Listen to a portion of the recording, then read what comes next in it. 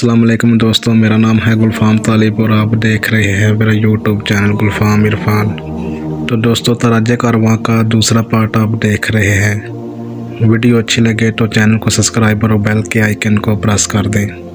تو چلیں ویڈیو شروع کرتے ہیں۔ دوسرے دن ظہر کے وقت اہل بیت کا لوٹا ہوا قافلہ کوفے کی آبادی میں داخل ہوا۔ بازار میں دونوں طرف سنگ دل تماشیوں کی ڈٹ لگی ہوئی تھی۔ خاندان نبوت کی بیبیاں شرم و غیرت سے گڑ جا رہی تھیں۔ سجدے میں سر جھکا لیا تھا کہ معصوم چہروں پر غیر محرم کی نظر نہ پڑ سکے۔ بفور غم سے آنکھیں اشکبار تھی، دل رو رہے تھے، احساس سے زخموں کی ٹھیس اور بڑھ گئی تھی کہ کربلا کے میدان میں قیامت ٹوٹنا تھی، ٹوٹ گئی۔ اب محمد عربی صلی اللہ علیہ وسلم کے ناموس کو گلی گلی پھرایا جا رہا ہے۔ کلمہ پڑھنے والی امت کی غیرت دفن ہو گئی تھی۔ خوشی کے جشن میں سارا کوفہ ننگا ناچ رہا تھا۔ ابن یزاد کے بے غیرت سپاہی فتح کا نعرہ بلند کرتے ہوئے آگے آگے چل رہے تھے۔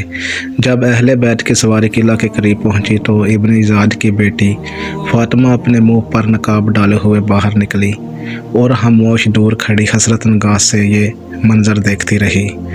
ابن یزاد اور شمر کے حکم سے سیدیانیاں اتاری گئیں۔ عابد بیمار اپنی والدہ اور پھپھی کے ساتھ بندھے ہوئے تھے۔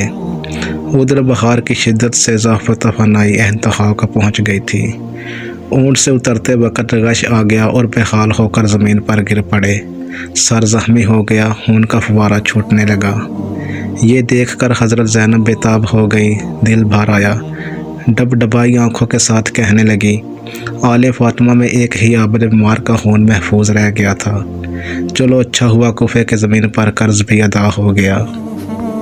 ابن یزاد کا دربار نہایت تزا کا احتشام سے آراستہ کیا گیا تھا۔ فتح کے نشے میں سرشار تخت پر بیٹھا ہوا ابن یزاد اپنی فوج کے سرداروں کی زبانی کربلا کے واقعات سن رہا تھا۔ سامنے ایک تشت میں امام عالی مقام کا سر مبارک رکھا ہوا تھا۔ ابن یزاد کے ہاتھوں میں ایک چھڑی تھی۔ وہ بار بار حضرت امام کے لحاظ مبارک کے ساتھ گستاخی کرتا تھا اور کہتا جاتا تھا کہ اس کے منہ سے خلافت کا دعوے دار تھا۔ دیکھ لیا قدرت کا فیصلہ، حق سر بلند ہوا، باطل کو ذلت نصیب ہوئی۔ صحابی رسول حضرت زین ابن ارقم رضی اللہ تعالیٰ عنہ اس وقت دربار میں موجود تھے۔ ان سے یہ گستاخی دیکھی نہ گئی، جوش عقیدت میں چیخ پڑے، ظالم یہ کیا کرتا ہے، چھڑی ہٹا لے، نسبت رسول کا احترام کر، میں نے بارہا سرکار کے اس چہرے کا بوسہ لیتے ہوئے دیکھا ہے۔ ابن یزاد نے غصے سے پیچ و تاب کرتے ہوئے کہا، تو اگر صحابی رسول نہ ہوتا تو میں تیرا سر قلم کروا دیتا۔ حضرت ابن ارقم نے حالت غیظ میں جواب دیا، اتنا ہی تجھے رسول اللہ کی نسبت کا خیال ہوتا تو ان کے جگر گوشوں کو تو کبھی قتل نہ کرواتا۔ تجھے ذرا بھی غیرت نہیں ہوئی کہ جس رسول کا تو کلمہ پڑھتا ہے ان کی اولاد کو تحت کروایا ہے اور اب ان کی افتماب بیٹیوں کے قیدی بنا کر گلی گلی پھرا رہا ہے۔ ابن یزاد یہ سلسلہ خیر ثواب جن کر تلملا گیا، لیکن مصلحت ہوں کا گھوٹ پی کے رہ گیا۔ اسیرین حرم کے ساتھ ایک وسیدہ چادر میں لپٹی ہوئی حضرت زینب کی ایک گوشے میں بیٹھی ہوئی تھی۔ ان کی کنیزوں نے اپنے جرمٹ میں لیا تھا۔ ابن یزاد کی نظر پڑی تو دریافت کیا، یہ کون عورت ہے؟ کئی بار پوچھنے پر ایک کنیز نے جواب دیا، زینب بنت علی رضی اللہ تعالیٰ عنہا۔ ابن یزاد نے حضرت زینب کو مخاطب کرتے ہوئے کہا، خدا نے تیرے سرکش سردار اور تیرے اہل بیت کے نافرمان باغیوں کی طرف سے میرا دل ٹھنڈا کر دیا۔ اس اذیت ناک جملے پر حضرت زینب اپنے تیز سنبھال نہ سکیں، بے اختیار رو پڑی، واللہ تو نے میرے سردار کو قتل کر ڈالا، میرے خاندان کا نشان مٹایا، میری شاخیں کاٹ دی، میری جڑ اکھاڑ دی، اگر اس سے تیرا دل ٹھنڈا ہو سکتا ہے تو ہو جائے۔ اس کے بعد ابن یزاد کی نظر عابد بیمار پر پڑی۔ وہ انہیں بھی قتل کرنا ہی چاہتا تھا کہ حضرت زینب نے بے قرار چیخ اٹھی، میں تجھے خدا کا واسطہ دیتی ہوں، اگر تو اس بچے کو قتل کرنا ہی چاہتا ہے تو مجھے بھی اس کے ساتھ قتل کر ڈال۔ ابن یاد پر دیر تک سکتہ عالم طاری ہو گیا۔ اس نے لوگوں سے مخاطب ہو کر کہا، خون کا رشتہ بھی کیسی عجیب چیز ہے، واللہ مجھے یقین ہے کہ یہ سچے دل سے لڑکے کے ساتھ قتل ہونا چاہتی ہے۔ اچھا اسے چھوڑ دو، یہ بھی اپنے خاندان کی عورتوں کے ساتھ جائے۔ ابن جریر و کامل۔ اس واقعے کے بعد ابن یزاد نے جامع مسجد میں شہر والوں کو جمع کیا اور خطبہ دیتے ہوئے کہا، اس نے خدا کی حمد و ستائش جس نے امیر المومنین یزید بن معاویہ کو غالب کیا اور قذاب بن قذاب حسین بن बिन अली को हलाक कर डाला। इस इज्तिमा में मशहूर महब अहले बैत हज़रत इब्न अफ़ीफ़ भी मौजूद थे। उनसे खुतबे के ये अल्फाज सुनकर रहा ना गया। फरते गज़ब में कांपते हुए खड़े हो गए। इब्न इज़ाद को ललकारते हुए कहा, खुदा की कसम तो ही कज़ाब इब्न कज़ाब है। हुसैन सच्चा, उसका बाप सच्चा, उसके नाना सच्चे। इब्न इज़ाद इस जवाब से तिलमिला उठा और जुलाद को हुक्म दिया कि शहरा आम पर ले जाकर इस बुड्ढे का सर कलम कर दो। इब्न अफ़ीफ़ शौक़ के शहादत में मचलते हुए उठे और मक्तल में पहुंचकर चमकती हुई तलवार मुस्कुराते हुए हैर में कदम किया। खून बहा, लाश तड़पी और ठंडी हो गई। कौसर के साहल पर जानसारों की तादाद में एक अदद का और इजाफा हुआ। दूसरे दिन इब्न इज़ाद ने अहले बैत का तराज कारवां इब्न साद की सरकर्दगी में दमश्क की तरफ रवाना किया। हज़रत इमाम का सर मुबारक नेज़े पर आगे आगे चल रहा था, पीछे अहले बैत के ऊँट थे। ऐसा महसूस होता था कि इमाम आली मुकाम अब भी अपने हरम के काफ़िले की निगरानी फरमा रहे हैं। असनाए सफ़र में सर मुबारक से अजीब अजीब हवारे करामात का ज़हूर हुआ। मातम अफ़गां की रगत अंगेज़ सदाएँ फ़ज़ा में गूंजती थी। कभी कभी सर मुबारक के इर्द गिर्द की नूर किरण फूटती हुई महसूस होती थी। जिस आबादी से यह काफ़िला गुज़रता था, एक एहराम बर्पा हो जाता था। दमश्क का शहर नज़र आते यज़ीदी फ़ौज के सरदार खुशी से नाचने लगे। फ़तह की खुशखबरी सुनाने के लिए हर कातिल अपनी जगह बेकरार था।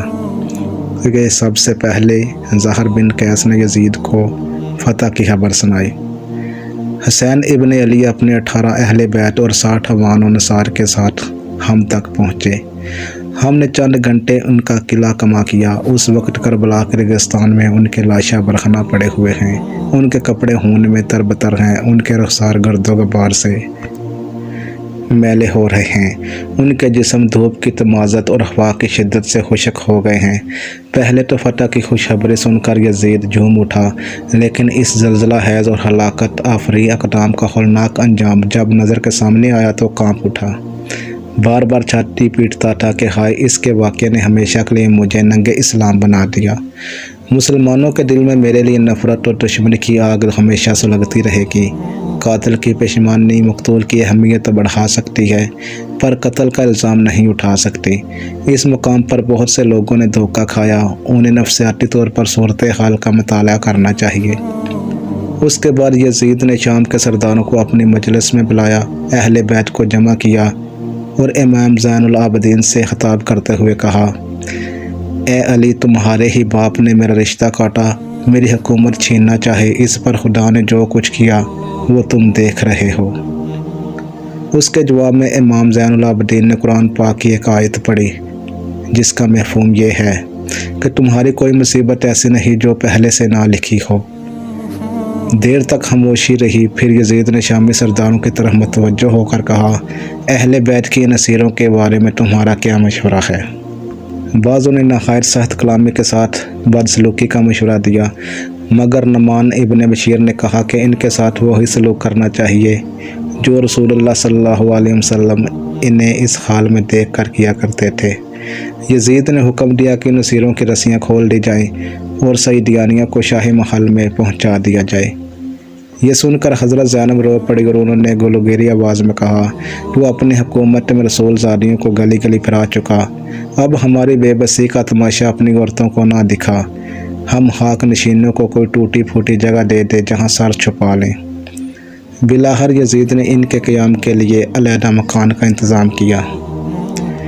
इमाम का सर मुबारक यज़ीद के सामने रखा हुआ था और बदबख्त अपने हाथ की छड़ी के साथ पेशानी में वाला की गस्ताही करता रहा। सहाबी रसूल हज़रत सलमी ने डांटते हुए कहा, ज़ालिम, ये बोसागा रसूल है, इसका एहतराम कर। यज़ीद ये सुनकर तिलमिला गया। सहाबी रसूल के ख़िलाफ़ कुछ करने की हिम्मत ना हो सकी। हज़रत ज़ैनब की हवाइश पर सर मुबारक इनके हवाले कर दिया गया। वो सामने रख कर रोती रही। कभी हज़रत शहरबानो और उम्मेर बाब सीने से लगाए बेताब हुए दिनों की याद में खो जाती थी। एक रात का जिक्र है, निसफ शब गुजर चुकी थी। सारे दमश्क पर नींद का सन्नाटा छाया हुआ था। अहले बैत के मसाइब पर सितारों की गर्दिश भी भर आई। अचानक सादात की क़याम गाह से किसी औरत का नाला बुलंद हुआ, महल की दीवारें हिल गई, दिल की आग से फ़ज़ा में चिंगारियाँ उड़ने लगीं। यजीद दहशत से कांपने लगा। जैक कर देखा तो हज़रत ज़ैनब भाई का सर गोद में लिए हुए बिलबिला रही है। दर्द करब की एक क़यामत जाग उठी। इस दर्द अंगेज़ नाले से उसके दिल में जो दहशत समाई तो उम्र की आखिरी सांस तक ना निकली।